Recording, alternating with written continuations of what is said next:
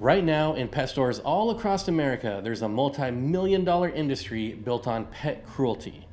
That corporations are knowingly selling products designed to slowly torture one of the world's most popular pets.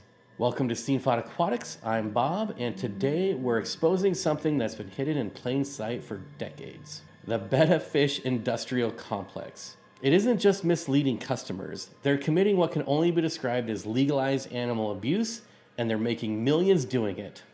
You see, Betta fish are extremely popular pets, with millions sold annually in the United States.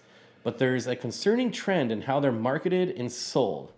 How many of us have walked into a pet store and we were told, Bettas, they love to be in small aquariums, small tanks. In the wild, they live in these small little puddles. Sure, during the dry season, they can be found in these little puddles, but the reality is, for most of the year, they inhabit rice paddies, shallow streams, wetlands, territories much larger than what's typically being sold to you in pet stores. Yet walk into any pet store and you'll find them next to tanks that are barely larger than the tiny cups they're being sold in. Half-gallon Betta homes, 1-gallon desktop aquariums. Products marketed specifically for Bettas that can live several years and grow up to 3 inches when properly cared for. So you may ask, what do these fish actually need? And why is there such a disconnect between the products that are being sold and what the science says these fish actually need to survive?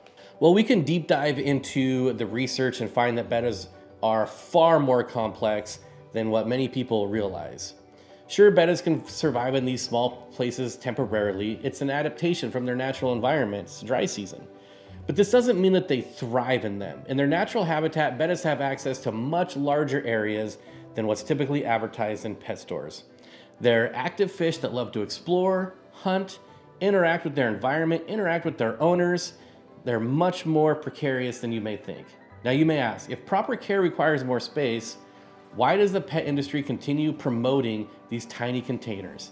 It comes down to one thing, and it's really simple: money. The math behind the Betta industry reveals an interesting pattern. Small containers and replacement fish generate more frequent sales than larger one-time setups. It's a business model that benefits from returning customers. Think about it. If a fish lives longer in its proper conditions, that's fewer fish sold, it's fewer upgrades sold, fewer accessories sold, and it's just less money over time. But along my deep dive, I discovered something else. I found out where this myth originated from. You see, Betta fish, unlike other fish, can't be bagged 25 at a time, 50 at a time, or even 100 at a time. They're called Siamese fighting fish. If they were bagged and shipped like most other fish, they would just destroy each other in shipping. So exporters had to basically reinforce this notion that these small little cups that they're being shipped in is perfectly fine and adequate, because after all, we're getting them out of these little puddles in the wild. So this little container or this little half-gallon aquarium is perfectly fine for them. Smaller containers mean more fish per shipment, creating lower cost, easier handling, yet another financial incentive to keep Bettas in inadequate housing. So what does the science actually say about keeping these fish in cramped aquariums? Studies on fish welfare have consistently showed that environmental enrichment, adequate space, and proper water conditions significantly impact fish health and behavior.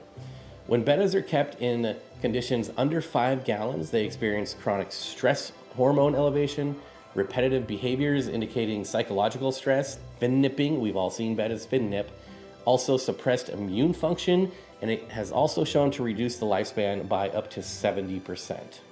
More importantly though, well maybe not more importantly, but just as important is understanding that Bettas are intelligent fish. They're capable of learning complex behaviors. Research has documented that Bettas can learn mazes, recognize their owners, engage in their environment. They're very sophisticated, so adequate space is very, very important for them. This paints a very different picture than what the low-maintenance pet tiny bowl narrative we see in stores. However, the real tragedy kind of extends beyond the fish and the families who unknowingly may be providing inadequate care. I collected reviews from pet owners who followed the store recommendations only to experience repeated fish deaths and frustrations. For instance, Jessica says, My daughter saved her allowance for months to buy Betta. The store said the tiny tank was perfect. He died after a short time. She cried for days, blaming herself. This pattern is heartbreakingly common. I see this in reviews all over the internet. Well-meaning families following store advice experiencing pet deaths and assuming that they did something wrong. David says, I went through 7 Bettas in 2 years following everything the store recommended, and I thought I was just bad at keeping fish. Nobody told me the tank might be too small. When fish die in setups that stores claim are adequate, customers often assume they made the care mistakes, rather than questioning whether the setup itself is the problem. Sarah says, I bought 3 different Betta kits, trying to keep one fish alive. Each time the store convinced me I needed different food, different decorations, different everything except a larger tank. All this does is create a cycle where families spend more money on accessories while the fundamental housing issue remains unaddressed. So what does science-based Betta care actually look like? Well, based on research and veterinarian recommendations, Bettas need at least a minimum of 5 gallons, 10 gallons being ideal. Gentle filtration, not strong filtration, just gentle, like a sponge filter. A heater, these are tropical fish. They need to be in a stable temperature of around 78 degrees, and also environmental enrichment. Plants, hiding spot, rocks, woods. The cost difference isn't even an issue. A 10-gallon tank you can buy for $15. A preset heater at 78 degrees, $10. Some rocks, some wood. It's not that expensive than a pre-built little 1-gallon setup. But perhaps more importantly is proper care means providing these intelligent animals with an environment where they can express natural behaviors and thrive. So not only is the correct setup not even that much more expensive, when you take into account that if you set it up right the first time, you're not replacing fish, you're not replacing products, you're not buying this, you're not buying that, it's actually cheaper over time to do it right the first time. So what can you do with this information? First, if you're considering a Betta, research proper care requirements before making a purchase. Don't rely on store recommendations. Don't even rely on YouTuber recommendations. Do your due diligence.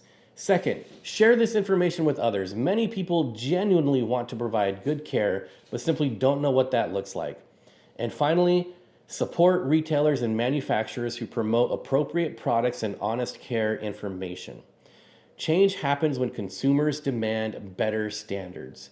We want honest marketing about what the animals actually need. The disconnect between what Bettas need and what's commonly sold has persisted for decades, often at the expense of both fish welfare and customer satisfaction. But awareness is growing. More people are learning about proper fish care and demanding better from the pet industry. Every person who chooses appropriate housing over inadequate containers is making a difference. Every conversation about proper care helps spread awareness. These fish can't advocate for themselves, but we can make informed choices on their behalf. That's it. Thanks for watching. If this information was helpful, please share it with someone who might benefit. These beautiful, intelligent creatures deserve care based on science, not just marketing and money. The power to demand better standards is in your hands. Use it wisely.